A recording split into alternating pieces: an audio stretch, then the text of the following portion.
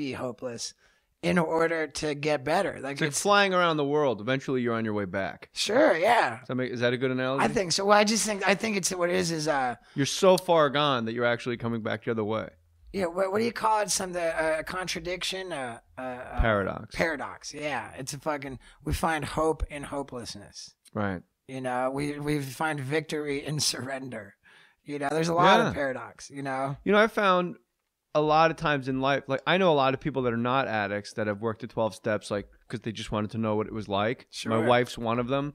She's lived with 2 addicts in a row, and she always says everybody should just do the 12 steps just as an adult. Like I got friends that'll go like, I think I'm gonna go to therapy. I'm like, any adult that is willing to do any work on themselves puts you so far ahead of the game.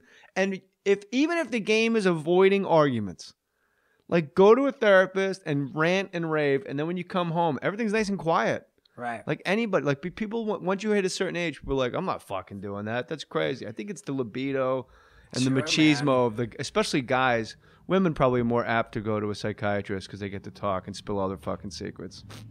Yeah, yappy fucking birds. I like someone said you don't have to attend every fight you get invited to.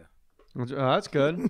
I heard a guy the other day at around the corner here. He goes, he was sober like 30 years, and he goes, I spent 16 years I sat in this room. I never said a word, and I don't think anybody missed anything. All right. I was like, oh, okay. Okay. So it's working for you. Yeah. What's the hardest part of sobriety for you? Just fucking lies that my mind tells me constantly. Really? Yeah, well, I mean, I find, you know, it's just alcoholism, man. Like, I find something unacceptable. I find something disturbing, and I think, you know, to put it this way, to describe alcoholism, I think that an average person who is not an alcoholic uses their mind in a somewhat productive manner, you know, sort of problem-solving based thinking, where you start out at and it never stops. It's just like a matrix that just keeps going. A normal person, uses their mind. They start out at point A with a problem or some thing to work out, some thought process. They start out at point A, and they use their mind in a productive manner to arrive at a destination of a point B, where something has been resolved or planned or, you know, worked out. And that's not my thought process. With my thought process, I find something disturbing, so I'm at sort of point disturbed. And we'll say point A for the sake of the discussion. Point A, okay. Yeah. I'm at point A, right. And my thinking isn't productive at all. It just goes in a circular loop.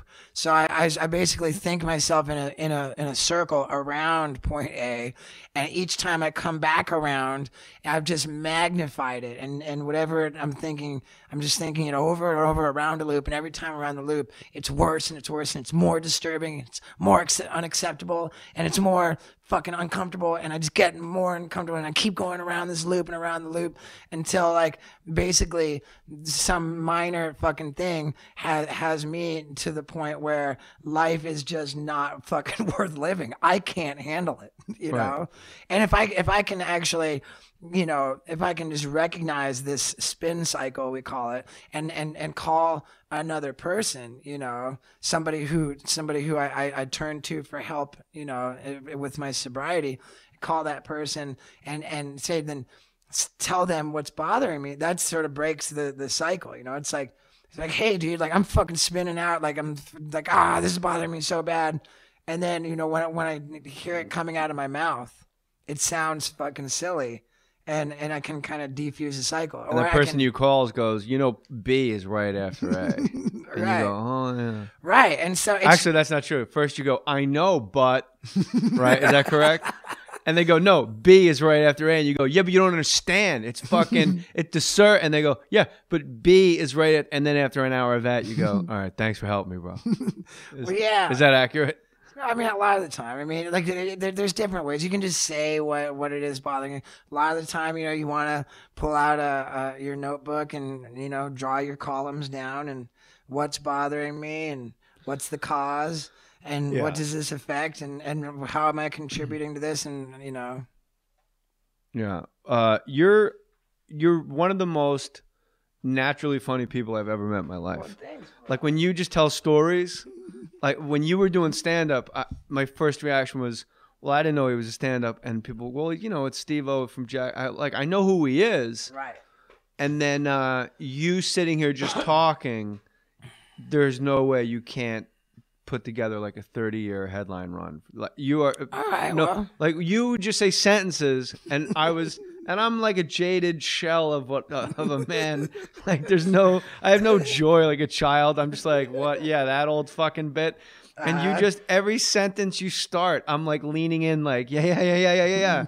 So if the audience is in at the Riviera, they're in for a treat with you. And I can't speak for Tom Green. We've met a couple times. He's very friendly. I think he's great. I enjoy his shit, and he just had a Showtime comedy special that. You gotta, if you would do one, it'd be great if you did no. Would you want to do stunts? But you always wanted to be a stuntman. Right. So then you got to do the stunts for yourself. You know, I think that the actual comedy special is like an evolving thing. I think that the TV networks are kind of hip to the idea that people will lose their mind if they're just looking at somebody standing on the stage just talking for an hour, and they want to like dress it up somehow. I feel like I know Tom's special, he had a lot of like old archive footage that they mixed in to kind of break it up. You know what I had? A curtain. And nice. I had huge arguments with Showtime. They're like, why don't you come in a day early, we'll show you the graphics. I'm like, no. And they go, we got your name in the back on a blue background. I go, no, that's if your name's over your shoulder, like you're assuming, like, who am I watching? I want people, just give me a curtain, I'm good, bro. All right. And that's all. 1991, I saw Jane's Addiction at the Ritz. Best show I ever saw. Fucking curtain. There was no light show. It was just Jane's Addiction coming down the mountain. I was like, this is awesome. I mean, I see what you're saying. You know, like you're a lot of those specials, the guy's got like half of a subway car and a fucking Ferris wheel, and there's like a unicorn coming out of the stage, and they're I'm not talking about dressing up the stage. I'm talking about actually like making it more of, I guess, like multimedia kind of like a one-man show. One-man show, and I see that. That's cool. Editing footage into it, whatever. So, I mean, in my case, would I want to do stunts? I would think that I would want to dress it up a little bit, yeah. If anyone has $1 million one-man show with a long run, it's you. Like, your story is great. It's uplifting. It's funny. And but bottom line is you have to be funny. Sure. And the lowest common denominator of Steve-O is like, we're just sitting here laughing our balls up. Like, you're hilarious. And where you're point A to point B, but now we're at Z and we've circled back around. Like, there's no real story. Like, and everyone out there that's struggling with like an addiction or just wants to do comedy or wants to do anything, like, there's guys out there like Steve-O that have overcome the craziest hallucinating fucking chair spinning around. Maybe your apartment was haunted, bro. Maybe those weren't angels and demons. Maybe you lived over like an Indian burial ground, and they just wanted you to fuck out of there. They could spin in your chair towards the door. But I'll tell you, man, like when I think of when I think of a higher power, I just think of whatever it was that spun that fucking chair works for me today. I wish there was surveillance footage, and it was Wee Man underneath the chair. But right before he spins it, he looks up at the surveillance camera and goes, shh. All right, so check out Steve-O. He's at the Riviera January, February, March with Tom Green. And is it still Steve-O.com? Steve-O.com. And what are you on? Steve-O on Twitter. At Steve-O. Is there a dash or just at Steve-O? No dash. There's no dash in Steve-O.com. There's no dash in at Steve-O. And officially Steve-O on Instagram. Yeah, you're going to get a lot of feedback, and let them know you saw him, heard him on More Stories. And I'm so glad we became friends. And you're super funny. We're just great podcast, man. Thank you, brother. Of course, brother. Thank you. Put your name on it. Hey, guys. Wow, Steve-O was amazing. I forgot to finish the story about Anthony Anderson and the lady with really bad breath. He was telling me we were on the set of a movie up in Montreal, King's Ransom. And he said, this is just like bonus time. I figured if you guys are hanging in, I'll hang in and just give you the rest of the story because I didn't finish it.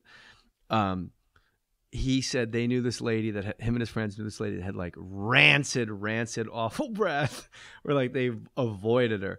And then they didn't see her for like 2 years, and they went to like a rap party of like somebody's sitcom. And he goes, and we show up and the bitch is wearing an eye patch.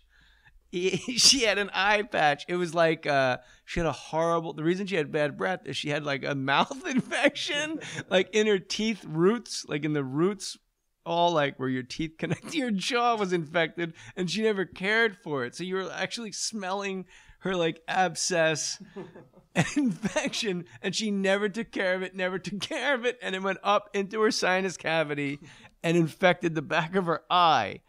They had to take out her eye because she didn't floss, but just Anthony Anderson going, the bitch had an eye patch, she lost her eye. So Steve-O's right. Go to your dentist and get the deep cleaning, and don't forget the floss.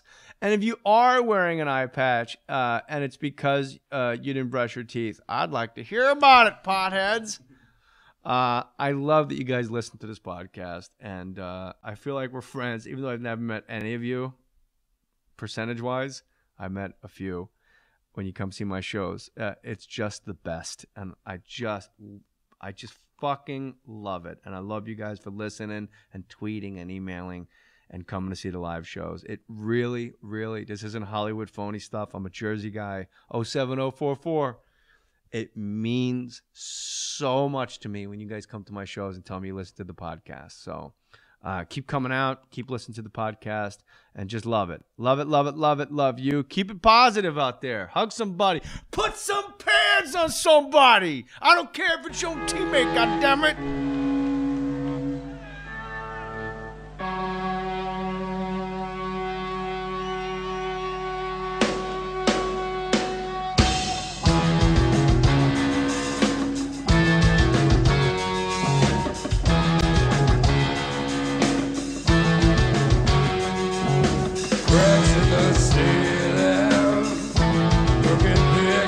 In the hall.